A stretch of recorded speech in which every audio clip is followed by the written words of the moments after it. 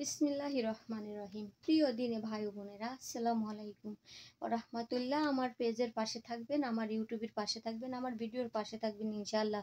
চোখ রাখুন ইসলামিক ভিডিওতে।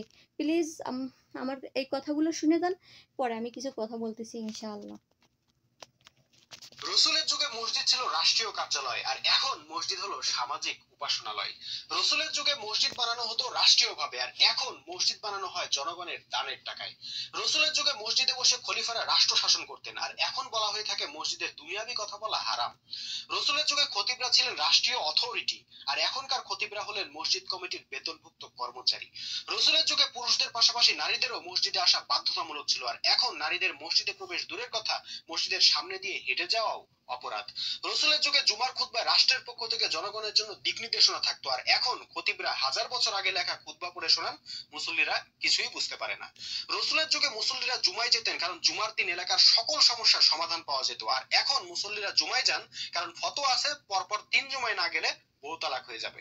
হয়তো এজন্যই আল্লাহ রসুল বলছেন এমন সময় আসবে মসজিদ সমূহ জাঁকজমকপূর্ণ ও লোকে লোকারণ্য হয়ে যাবে, কিন্তু সেখানে হেদায়া থাকবে না। ভাইয়া, আপনাকে অসংখ্য ধন্যবাদ এত সুন্দর কথাগুলো বলার জন্য।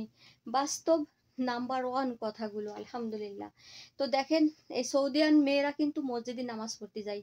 তাদের নামাজ মসজিদের নামাজ, পুরুষদের মসজিদের পাশাপাশি আর একটা মেয়েদের নামাজ পড়ার স্থান।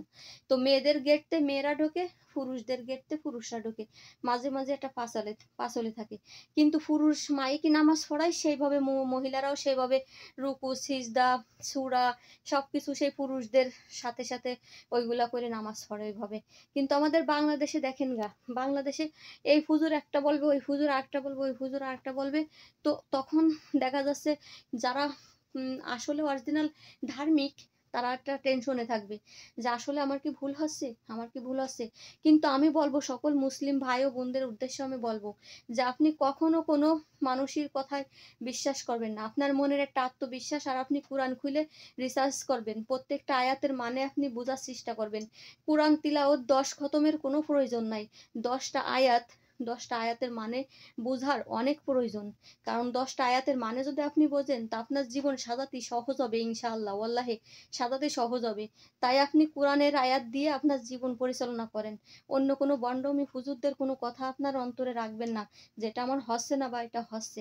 যা হচ্ছে যা হচ্ছে না, উপরের আল্লাহ তো রয়েছে, আল্লাহ দেখবে বিষয়টা। আল্লাহ পাক যে আসমানি কিতাব দিয়ে দিছে, সে কিতাবে যেভাবে আছে আপনি সেই আসমানি কিতাবের আয়াত থেকে যে কথাগুলো আছে, সিধা সাপটা কথা, সেই কথার অনুসারে আপনি চলার চেষ্টা করেন, ইনশাআল্লাহ দেখবেন আমাদের অল্প আমল করলে আল্লাহ পাক আমাদের নাজাতের জন্য যথেষ্ট ব্যবস্থা রাখবে ইনশাআল্লাহ। সবাই ভালো থাকবেন। ওমা তাওফিক ইল্লা বিল্লাহ। আমার কথার ভিতর ভুল হলে সবাই ক্ষমার দৃষ্টিতে দেখবেন। ভিডিওটি বেশি বেশি শেয়ার করবেন, ভালো লাগলে লাইক কমেন্ট দিয়ে পাশে থাকবেন ইনশাআল্লাহ। ভালো থাকবেন, আল্লাহ হাফেজ।